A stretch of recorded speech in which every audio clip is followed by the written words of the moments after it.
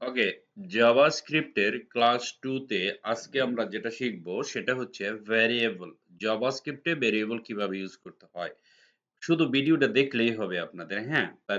আপনারা জানেন, তারপরে দেখেন।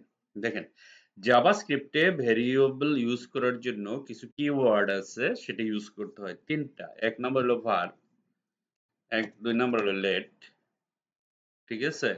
var, let, তারপরে হচ্ছে গিয়া কনস্ট্যান্ট, ঠিক আছে? var যেটা একটা, তারপরে এটা ECMAScript 2015 অনেক ইউজ এর আগে এর এই যে let and const, ঠিক আছে? এই দুইটা 2015 সালের পরে আসছে, নতুন আবিষ্কার। তো আমরা সবচেয়ে বেশি ইউজ করব let, ঠিক আছে? এদেরকে বলা হয় জাভাস্ক্রিপ্টের কিওয়ার্ড। ওকে, এই ৩ টা জিনিস মনে রাখবেন। এখন প্রশ্ন হচ্ছে ভেরিয়েবল কিভাবে? আমি একটা প্রোগ্রাম বানাবো এখন জাভাস্ক্রিপ্ট দিয়ে।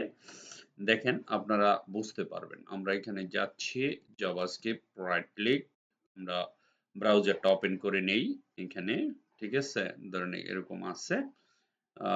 হওয়ার পরে আমরা এই যে জাভাস্ক্রিপ্ট ক্লাস 2 তে যাব। কিন্তু দেখেন, আমি যখন এখানে প্রোগ্রাম বানাবো জাভাস্ক্রিপ্ট পেজ 2 ইউজ করব, আমার তো 1 এর সাথে লিংক করা আছে এখানে, তাই না? কিন্তু জাভাস্ক্রিপ্ট 2 তো লিংক নাই। এইখানে গিয়ে আরেকটা মজার ব্যাপার আছে। লিংক দিতে হবে, না হলে হবে না। এখানে গিয়ে আমরা কি করব? এটা মাথায় রাখবেন, 2 দিব। ঠিক আছে? তাহলে আমার 2 এর সাথে কানেক্টেড হয়ে গেল HTML এর পেজের, হ্যাঁ? এখন আমরা দেখেন এখানে যদি আমি যদি ওই প্রোগ্রামটা লিখি, হুম?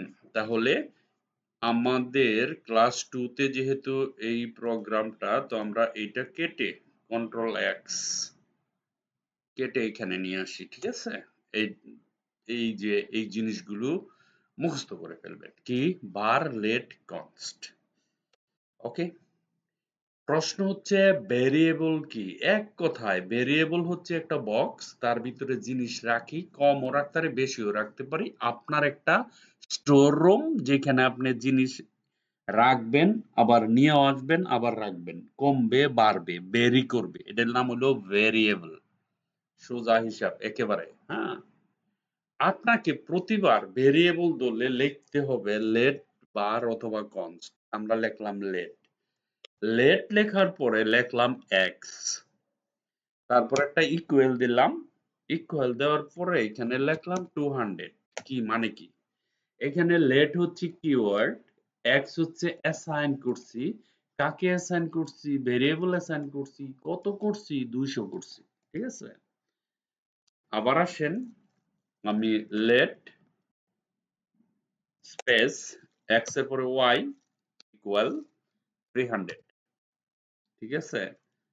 300 দেন, এরকম কলন দেন, এটা ডিলিট করে দেন। এখানে দেখেন, let x equal to 200, let y equal to 300, let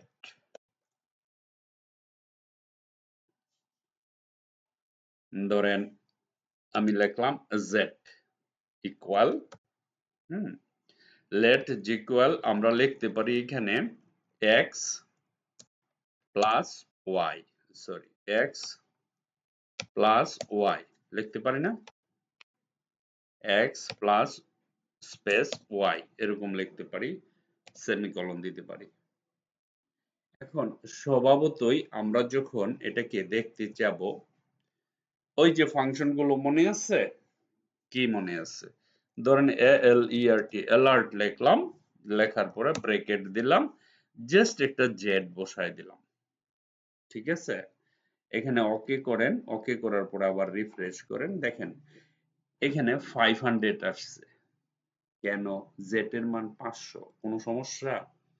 x এর মান 200, ওয়াই এর মান 300, এক্স প্লাস ওয়াই, এক্স এবং ওয়াই যোগ করলে 500 হয়, ঠিক আছে? একটু ম্যাথের ক্যালকুলেশন করলাম আর কি, এতটুকুই। এটুকু কি বুঝছেন কি বুঝছেন না? যদি না বুঝেন তাহলে কমেন্ট করে বলবেন যে আমি বুঝি নাই, আর যদি বুঝে থাকেন তাহলে বলবেন যে বুঝছেন, ঠিক আছে? This is very important. এতটুকু বুঝলেই এনাফ। আপনি যদি এটুক বুঝে থাকেন। ঠিক আছে? Okay? Thank you very much for watching this video. Bye by.